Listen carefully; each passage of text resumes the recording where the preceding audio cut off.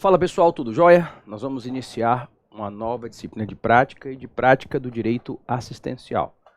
Nós vamos trabalhar com o BPC-LOAS, o benefício de prestação continuada da Lei Orgânica de Assistência Social, que nada mais é do que um benefício federal de natureza assistencial devido pelo INSS às pessoas idosas ou com deficiência que comprovem que estão em estado de vulnerabilidade social, ou seja, que não conseguem se manter ou ser mantidos por suas famílias, tá?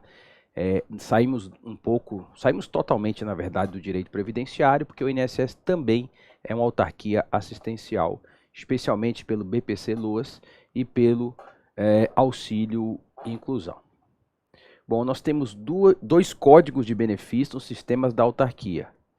O benefício 87, que é o amparo assistencial à pessoa com deficiência, e o benefício 88, que é o amparo assistencial à pessoa idosa.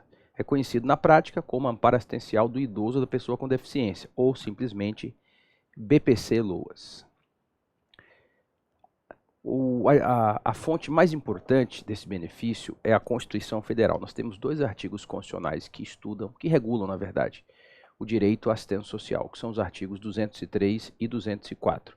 E nós temos a previsão do BPC-LOAS no artigo 203, inciso 5 da Constituição Federal, que garante à pessoa idosa ou com deficiência um benefício assistencial no valor de um salário mínimo, desde que comprovem não possuir meios de prover a própria manutenção ou de tê-la provida por sua família, conforme dispuser a lei, tá? Foi um benefício que não foi regulamentado de imediato pela Constituição Federal e a sua regulamentação somente adveio com a Lei Orgânica de Assistência Social, 5 anos após a Constituição Federal, que foi a Lei 8742 de 93, que já recebeu sucessivas alterações legais. Quais são hoje as principais fontes em termos de lei federal do BPC-LOAS? Dentro da Lei Orgânica de Assistência Social, a LOAS, os artigos 20, 20-B, porque o 20-A foi revogado, artigo 21, 21-A e 21-B. E ainda o artigo 34 do Estatuto do Idoso, que é a Lei Federal 10741 de 2003. Na sua primeira regulamentação, a pessoa idosa para esse benefício tinha que ter 70 anos de idade, depois foi reduzido para 67, e desde o Estatuto do Idoso, em 2003, a idade atual da pessoa idosa é de 65 anos de idade. Para um perfil profissional, que é o do nosso curso, não basta a gente pegar o texto constitucional e a Lei 8742. Nós temos que ir nos mínimos detalhes regulamentares do BPC-LOAS, que são essas três outras fontes. O Decreto Federal de Regulamentação, o Decreto 6214 de 2007, que já sofreu inúmeras alterações. A Portaria Conjunta do INSS com o Ministério do Desenvolvimento Social, que é o regulamento mais detalhado, que é a Portaria 34, de 9 de outubro de 2025, e para regulamentar a perícia biopsicossocial da pessoa com deficiência, a Portaria Conjunta MDS/INSS número 2, de 30 de março de 2015. Essas são as fontes específicas para a gente ter um bom trabalho. Essa é uma disciplina que, nesse primeiro momento, às vezes surge alguma aula, depois pode ter alguma atualização, mas ela está orçada para 20 encontros, 20 aulas, né? Podendo ter alguma aula a mais que a gente idealizar ao longo das gravações. E por ser um benefício assistencial, o titular da política pública não é o Ministério da Previdência. O titular da política pública é o Ministério do Desenvolvimento Social. É por isso que a portaria conjunta é do Ministério do Desenvolvimento Social com o INSS. O MDS ele formula a política pública assistencial para esse benefício e o INSS apenas operacionaliza, faz a respectiva execução do BPC-LOAS. Essa é uma aula introdutória, mas aqui a gente já vai falar de um ponto importante que é a miserabilidade familiar e a composição dessa família para fins do BPC-LOAS. Bom, saindo do texto constitucional e indo para a Lei 8742 de 1993, o benefício é previsto no caput do artigo 20. O benefício de prestação continuada, doravante denominado BPC, é a garantia de um salário mínimo mensal à pessoa com deficiência e ao idoso com 60 anos ou mais que comprovem não possuir meios de prover manutenção nem de tê-la provida por sua família.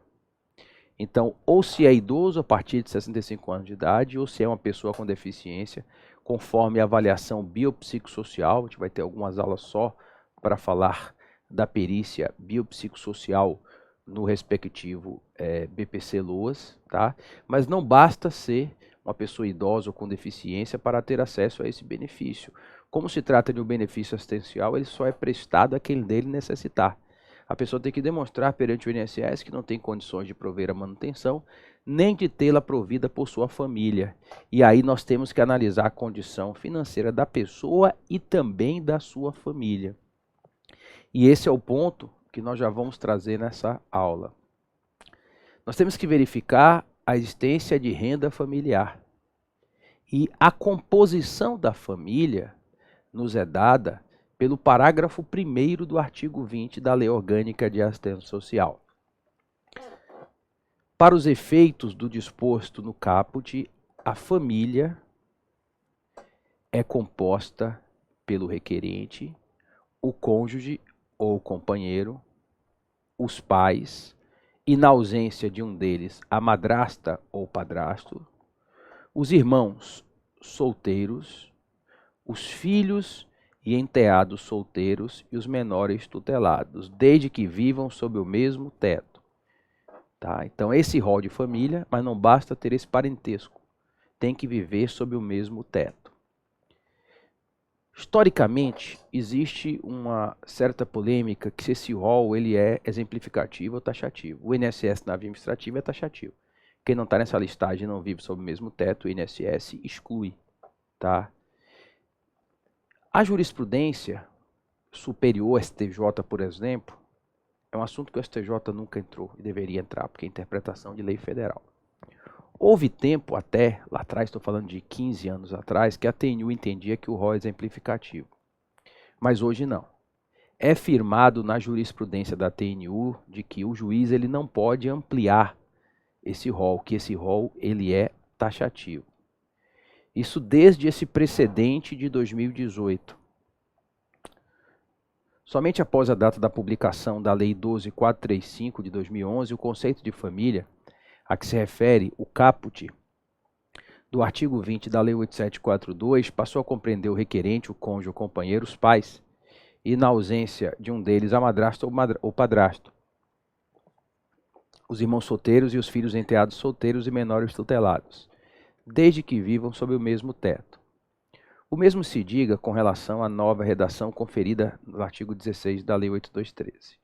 Diante do exposto, conheço o incidente do parcial provimento para reiterar a tese consolidada de que o grupo familiar deve ser definido a partir de interpretação restrita do artigo 16 da Lei 8213, que antigamente era o rol do artigo 16, antes da alteração legal, e do artigo 20 da Lei 8742 de 93. E essa jurisprudência, ela se mantém. Vejam esse PUIL, que é um pedido de uniformização de interpretação da lei federal, julgado pela TNU em 25 de junho de 2025. Aqui. De acordo com o entendimento uniformizado por esse colegiado, no tema 73, o grupo familiar deve ser definido a partir da interpretação definida pelo artigo 16 da Lei 8213, quando era de lá, e atualmente no artigo 20 da Lei 8742. O acordo recorrido destoa da tese firmada, na medida em que considerou a renda de integrantes da família não elencados nos dispositivos citados, filha casada e genro, e que não residem sob o mesmo teto cônjuge, o que contraria o entendimento da TNU. No âmbito de TRFs, nós temos também essa linha de jurisprudência amplamente dominante. Cito, por exemplo, este precedente do TRF da Terceira Região de 1 de fevereiro de 2022.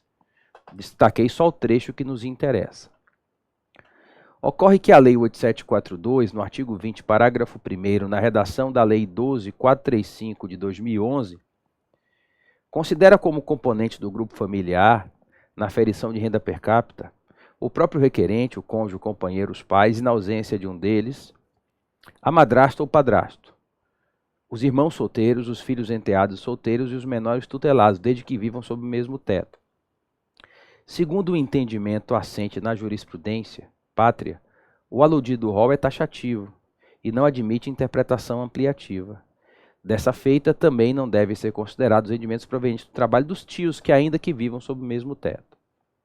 A mesma posição foi tomada na primeira jornada de Direito da Seguridade Social do Conselho da Justiça Federal, tá?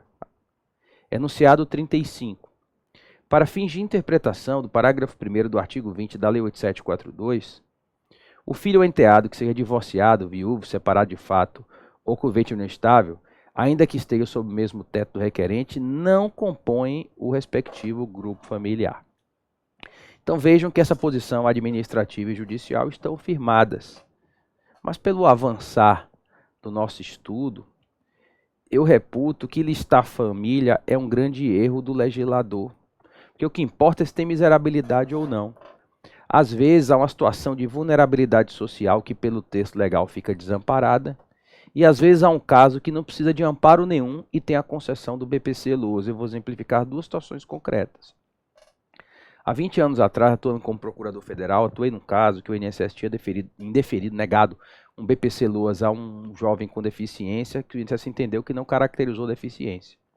Judicializou, ele morava com a tia, que tinha a representação legal dele porque ele era órfão. E aí na Justiça Federal se configurou deficiência e ele morava em um apartamento muito bom de 4 quartos aqui na Pituba, porque a tia era aposentada do Banco do Brasil. Naquela época tinha uma renda de uns 15 a 20 salários mínimos.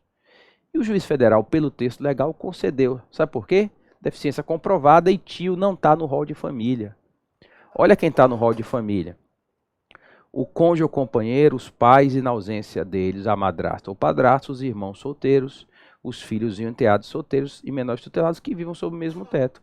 Esse caso que eu falei para vocês não tinha vulnerabilidade social nenhuma e foi concedido o benefício. Agora vamos para o outro lado. Você tem uma casa cheia de primo, cheia de tio, com, vamos supor, com filho que seja casado, que a norma fala filho enteado solteiro. Você tem lá 10 pessoas nessa casa que não estão exercendo atividade laboral remunerada. Como não estão na lista de família, são excluídos. E aí, num caso desse, por serem excluídos, acontece muito que o BPC é negado. Mas quando você bota todo mundo comendo lá, não tem dinheiro para ter comida. A renda familiar, que vai ser a partir da próxima aula, a gente vai ver a renda per capita familiar igual ou inferior a um quarto do salário mínimo. Tirando essas pessoas, fica além de um quarto do salário mínimo. E é um caso de vulnerabilidade social que precisaria de concessão, mas pelo texto legal de listar família, não é concedido na via administrativa ou até mesmo judicial. Então a lei era para ter dito parente consanguíneo afim que viva sob o mesmo teto, o erro está na lei. Tá? Mas ela é aplicada de modo estrito tanto pelo INSS quanto pela respectiva jurisprudência. Ok, pessoal? Essa aqui foi apenas uma aula introdutória. O requisito, o benefício, tanto para a pessoa idosa quanto para a pessoa com deficiência, requer a comprovação de miserabilidade. E esse é um tema deveras controvertido. Critério legal, o Supremo já declarou inconstitucional, o STJ já flexibilizou.